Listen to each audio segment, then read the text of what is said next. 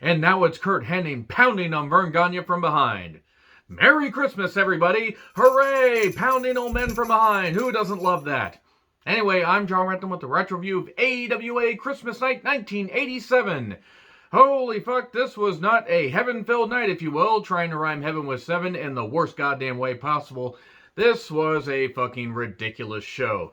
The 9 days of the AWA were certainly a trying time because, man, Verne kept trying and trying. Oh my god, did he try with Greg, and it felt like he should have been in an institution, which he was later in life, and then an old guy died, there was somebody that Verne didn't get along with, and, well, they decided to have some weird, incident, some weird wrestling match between two old guys right near the end of Verne Gagne's life. I don't know what I'm on about. I don't know what the show was on about, but wait a second, folks.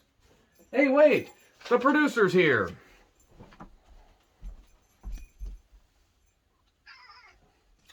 Now I'm bringing him on. You were not too happy with how they presented Kurt Henning.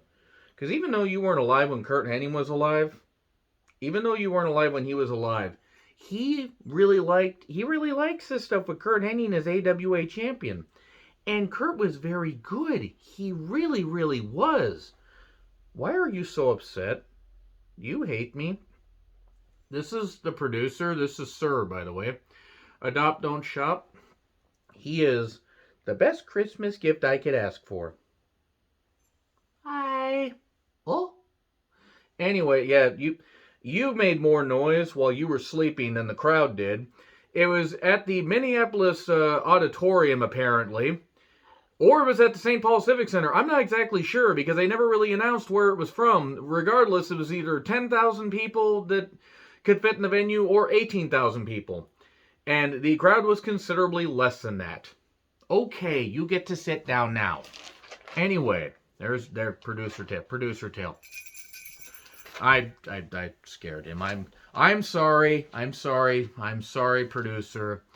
Anyway, yeah, this is from Classic Wrestling Stuff on YouTube. You can tell how little I cared about this show, considering how much I just wasted with the producer being on camera giving his expert analysis. So yeah, presented in the most complete form possible due to original technical difficulties. Boy, were there technical difficulties. Like the fact the AWA couldn't draw a goddamn crowd at this point. Oh, and the crowd was chanting boring a whole lot. Now, mind you, these were the AWA fans that paid to watch this, unless they were comp tickets and Verne Gagne's extended family just said, no, we're going to boo the shit out of this. So anyway, some guy like won a contest by doing a donation, so he got to do he got to do like the first ring announcing duties, and he got booed. Everybody got booed for apparently donating or possibly being able to enter contests because the AWA fans were drunk and annoyed and everything.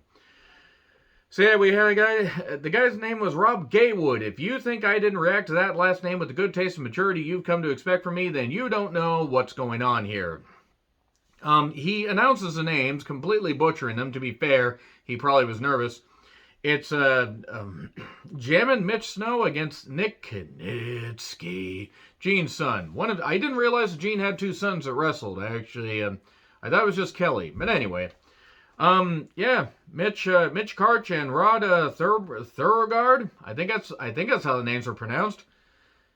One of them sounded like they were in a goddamn wind tunnel, and then another just sounded like he was basically wanting to be anywhere else. He was trying to make this a sporting event and failing miserably.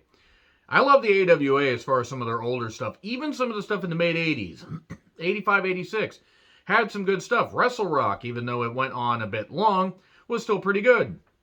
Unfortunately, by 87, they had Kurt Henning, and that's about it. Well, they had the Midnight Rockers. So yeah, they tried. They had nice wrestling. The crowd was chanting boring. And then we got a roll-up and Knitsky wins. Yay! Alan West, not to be confused with Adam West, though he was wearing a shirt so goddamn loud that Batman might have accused him of committing a crime. It's like he was discount Dave Peterson, and if you know, you know. He was actually filling in for DJ Peterson, who might have been Dave Peterson, actually, from World Class. I'm not totally sure. With Medusa as Mrs. Claus, or an elf. Hard to tell. that Peterson guy won, Medusa in for 30 days. Her services for 30 days, right around Christmas. Don't really think I need to spell anything out for you as far as to how that would go. By the way, careful when balls hit your throat or whatever. Make sure that you gargle. So, against magnificent Kevin Kelly, the future nails. The future guy that would choke out Vince McMahon. He looked drastically different here. Seriously, look at him here and look at him in 1992. Doesn't even look like the same guy. Also, he was off of steroids because you could tell that he was on some of them. And by 92, people had to be off steroids. So, yeah, a lot of boring chants. Rest holds. My God, this was ass is what I wrote down. Kelly just walked around and did posing and did slam stuff and whatever. And there was a lot of rest holds and there was a slam and a foot on the rope. And then there was a trip because Medusa was a heel and Kelly won. Hooray! Nord the Barbarian, the guy who tried to stab Undertaker later on with a sword. He has a sword in the ring. Against Soul Dog Yustavov, or Hustavov. I'm not actually sure how that name's pronounced. Sheik Adnan El Casey was there. This was clipped a bit. Probably smart, considering it was just two big guys colliding with each other. Though I will say Nord the Barbarian at this point had a pretty good look. And then, as before, Husk, before he was a husk of what he was. Boy, more rest holds and power stuff, and Nord was going to face Sheik if he won this match. He would face him for 5 minutes. So he did. And then we had a 2-on-1 thing, and they battled through. They battled in the crowd during the match, and then they battled through the crowd to the backstage area after the match, angering and pushing away maybe about tens of people. Seriously, there was nobody at ring. God damn, it was nobody at ringside. It was insane. Midnight Rocker, Shawn Michaels, and Marty Jannetty taking on the original Midnight Express. Randy Rose and Dennis Condrey. No, they did not have Norvell Austin there. I don't think Norvell was wrestling at this point. Maybe he was. Any Memphis wrestling fans, Southern wrestling fans, let me know if Norvell Austin was still wrestling in 1987. If so, where? Alright, so, Paulie Dangerously, who was all over this goddamn show. He was pretty much one of the only highlights as far as promos at this point. AWA Tag Team Championship match. Hot start. This is a 30-minute time limit. The tape went, the VHS tapes, if anybody watching knows about VHS tapes. I have a weirdly skewered audience where some people know about the old stuff, some people don't.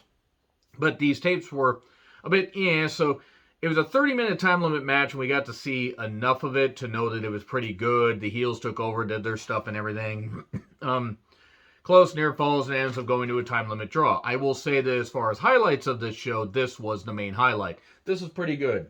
Okay, you know what? I'm going to have the producer lay in on this next match. So let's bring him back, shall we? Hey, come on.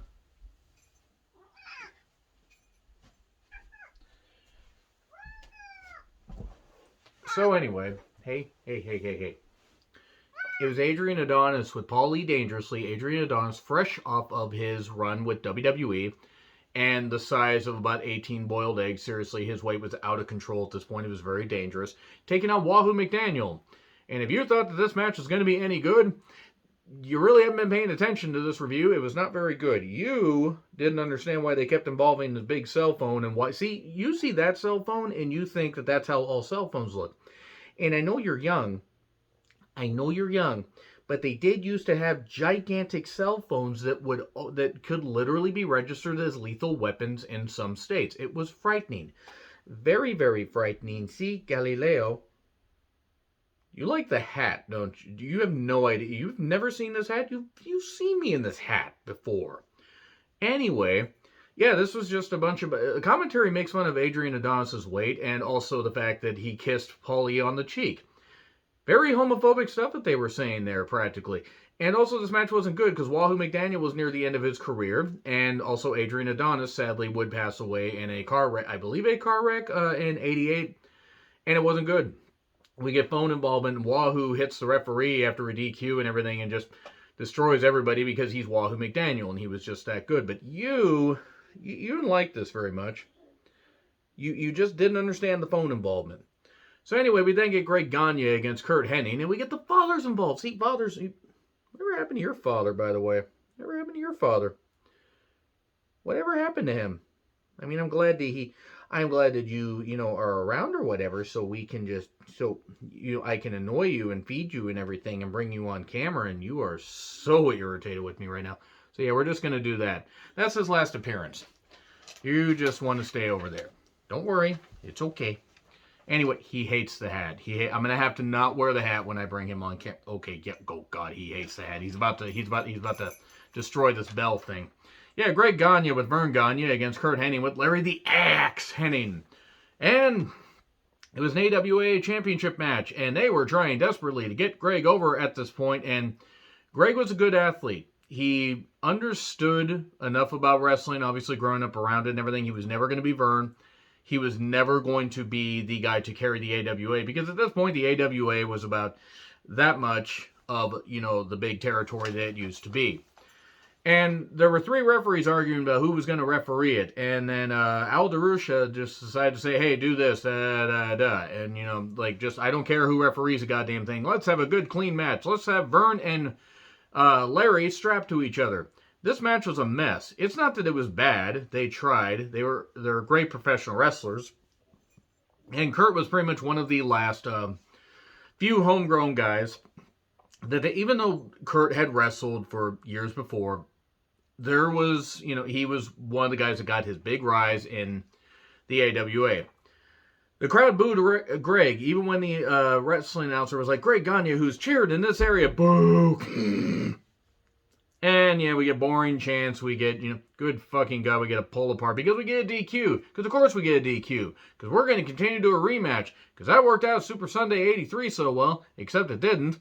Now it's Curt Hennig pounding on Verne Gagne from behind. Larry Nelson then does interviews for the last 10 goddamn minutes, hyping up the next round of TV. This was ass. This was really, really ass. I hated this show. It's really just frightening to see how far the AWA fell. That's why I brought the cat on. That's why I basically did this, and that's why I basically took the piss out of the show. Anyway, Merry Christmas. Let me know your thoughts in the comments. Like, share, subscribe, Twitter handle in the description. I'm John Rethlin. Producers over there somewhere. I'll see you soon.